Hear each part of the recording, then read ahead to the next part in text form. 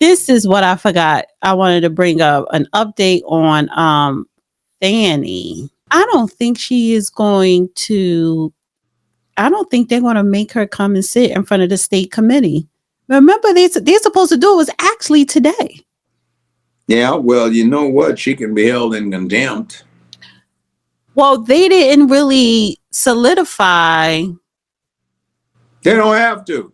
See, under Georgia law, and I'm not practicing in Georgia, so don't take it as the gospel, but there are three things they can do. When the legislative body is in session, they can empower the sergeant at arms to physically arrest Fani and bring her in front of the committee.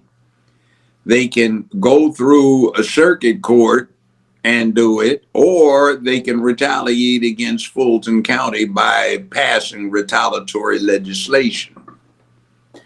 Okay, so it says Fani Willis said her whistleblower posed a violent threat to her office. Audio recordings tell a different story. So Willis' top aide invented words that Amanda never said, whistleblower attorney said.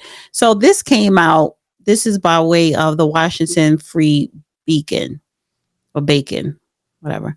Beacon. So May 7th, 2025, a big problem arrived in Fulton County District Attorney Fani Willis' email inbox on the afternoon of November 16th, 2021. It was a legal notice from an attorney representing Amanda Tipson, a former member of Willis' executive staff, who had been blowing the whistle on the district attorney's office for allegedly trying to mishandle federal grant funds.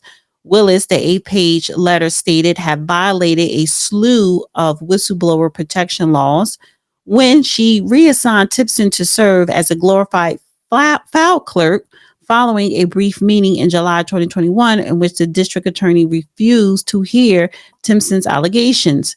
Tipson believed she had grounds for a lawsuit against Willis, but was willing to drop the matter in return for a modest severance package and a positive letter of recommendation from the district attorney. Willis had other ideas. Quote, "We are absolutely not settling this claim," she wrote to a deputy chief operating officer, Dexter Bond, a legal counsel.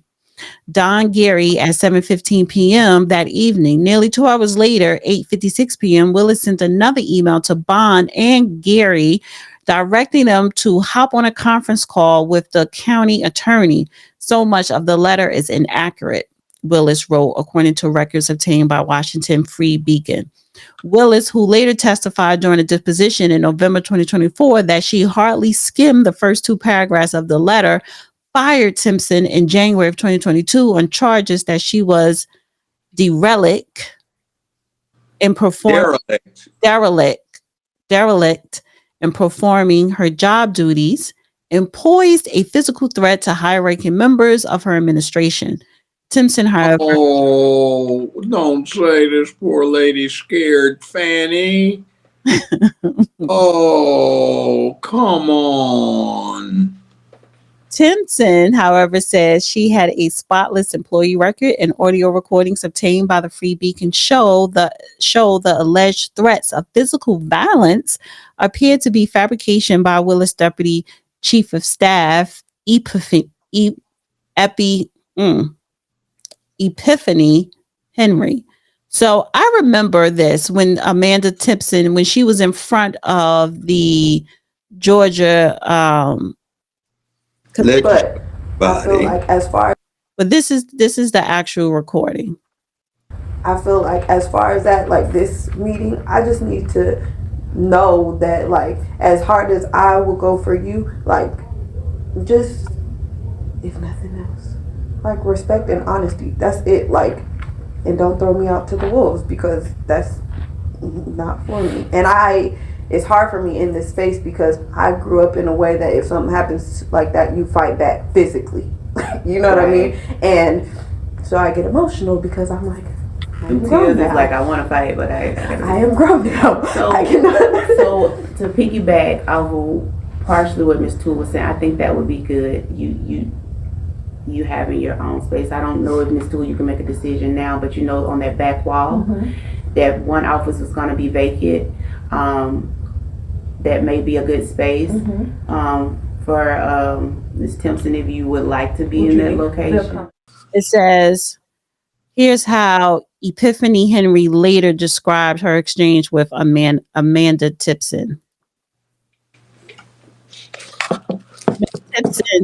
Ms. Timpson made comments during staff meetings with myself and Deputy DA Toole that she wanted to violently attack her previous supervisor, that I'm coming from Compton. I don't know how to respond to emails. I be ready to fight. I want to punch him in the effing head. That isn't what she said that I just got through listening to. Ms. Timpson also expressed in the same meeting that her previous supervisor made her feel like she felt as a child when the adults didn't believe her, when certain things were being done to her for the sake of her privacy and disclosure of personal events in her life. I am choosing to not state the exact events that she disclosed. Ooh-wee. So I don't know, it says the recordings reported here for the first time add to a growing body of evidence that Willis is running an office with dysfunction. Timpson alleges in a whistleblower lawsuit that Willis, after receiving her November 16th legal letter, embarked on a retaliatory campaign to destroy her reputation. Her attorneys say her case filed in August of 2022 could go to trial as soon as July, July of this year. Lawmakers in the House, Senate, and Georgia State Legislature opened investigations into Timpson whistleblower claims last year after the Free Beacon reported that she has secretly recorded a private conversation with Willis on November 19th, 2021. During that meeting, Timpson informed that the district attorney that one of Willis' top aides had tried to misappropriate federal grant funds for swag and computers. Willis did not dispute Timpson allegations, apologized to Timpson, and said the aide, Michael Cuffey, had failed her administration. Willis now says Timpson allegations were incorrect. The district attorney testified during her deposition in November 2024 that Timpson was an underling who didn't deserve an explanation. That's arrogant. It's arrogant. I don't owe it to her. It's arrogant, but remember, they always picking on her because she's a sister girl. Remember? Right. I don't owe it to her, she says again. Timpson's case could mark yet another embarrassing setback for Willis. The liberal darling was once a rising star in a progressive legal world when she indicated President Donald Trump on the state racketeering charges. Indicted. She proved to be her own worst enemy. However, the case derailed last year after an attorney for Trump discovered the district attorney had a romantic entanglement with Nathan Wade, the man Willis hired to lead the prosecution. And she and Wade were submitting outrageous billing claims that she okayed, and they were splitting the money. And there were a whole lot of cash transactions to make sure it went to right places. Yeah, allegedly. A Fulton County judge forced Wade to resign from the case, and the Georgia Judge McAfee, who is a very intelligent young judge, who is young for the position, but very wise and quite intelligent. I was impressed by the way he handled things. He did well. He's going far in life and in the profession. And the Georgia Court of Appeals in December blocked Willis and her office from prosecuting the matter further after Trump's victory in November. Timpson whistleblower retaliation case centers around the actions of Willis and two of her top lieutenants, Deputy District Attorney. Timpson whistleblower retaliation case centers around the actions of Willis and two of her top lieutenants, Deputy District Attorney Ramona Toole and Deputy Chief of Staff Epiphany Henry, after the DA received Timpson legal notice in November of 2021. 2 days later, November 18th, Willis, Henry, and Toole sent emails to Timpson outlining a new work assignment. Timpson was to create a new behavioral health class for Willis pretrial diversion department, which would take the form of 10 courses modules, each containing at least 60 minutes worth of content emails. Tipson said it was the first time she had ever heard of this task, which she was given 26 hours to complete. Her failure to complete the project would be a tantamount. Come on now. What she's talking about setting this up for a diversion program is quite complex and complicated, and there ain't nobody coming up with it in 26 hours. So You've got to be kidding me. So this is a form of what they call retribution in the workforce, right? Yes.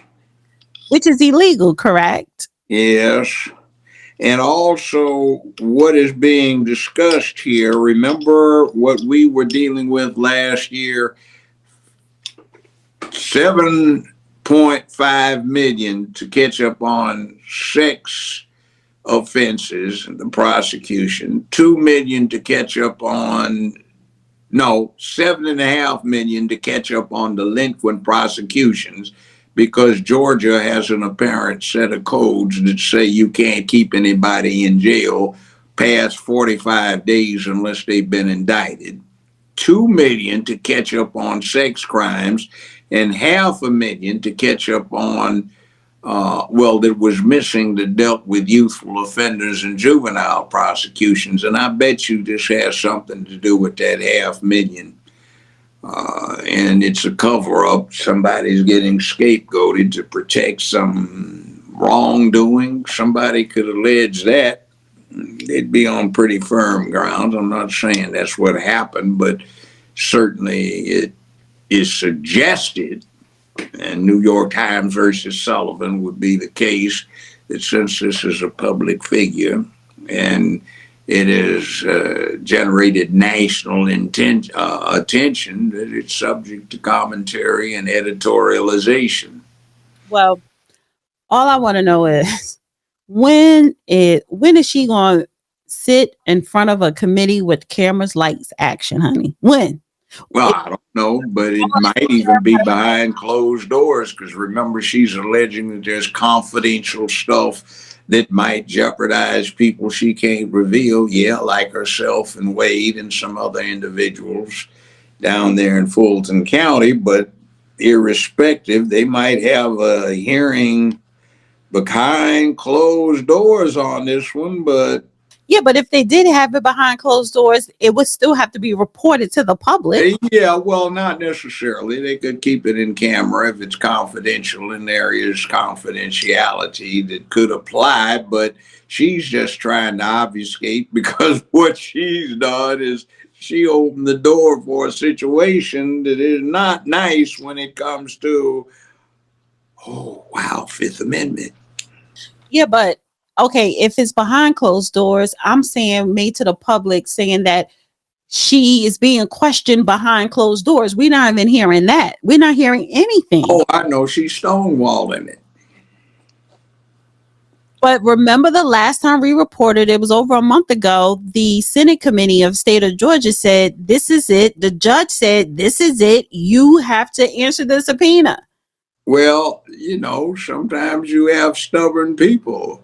What did they have? That old saying, some people don't get it that fat meat is greasy, and when you step on it, you might slide or slip. And are we distracted with the Diddy case? Are they waiting to after the Diddy case to then focus on her? Hoping maybe somebody dies or has a stroke or something, or maybe midterm elections will alter the posture of the legislative body, so nobody's going to jack her up. And she's kind of waiting for the inevitable. In other words, keep pushing off. That's like parent is going to give a child a spanking, and it's in the child's interest to put the spanking off as far as they can. So, okay. So the question was, okay, so she's trying to stonewall it, and with everything that came out, we've been talking about this for over a year now with her and her corruption in her office. We've had people from Fulton County come on, people who had their cases sitting in the Fulton County jail system, legal system without moving. So the question I have, if the people of Fulton County rise up and demand for her to sit in front of the state committee, congressional committee, or Senate committee, and even in Congress, can they make sure that it happens sooner than later if the people rise up and demand it? They can go to court, and I think the state legislative body is going to take care of it. See, what happens is in these cases, when somebody starts to stonewall it, what usually is going on is somebody is trying to, when they get out of jail, there'll still be some money hidden somewhere that they can access, things like that. But as a citizen of that county, You can have a taxpayer's derivative action. Somebody can file a lawsuit. and then also use media to put pressure. Well, the media loves their little left wingers, and they can do no wrong, but somebody might get the idea and say, somebody needs to do something about this. It has gotten absolutely preposterous. What are we going to do? And I'm sure the Republican-dominated state House and Senate in Georgia is not going to get dissed, but so long. Okay, keep it up. Yeah. It's going to get real cute.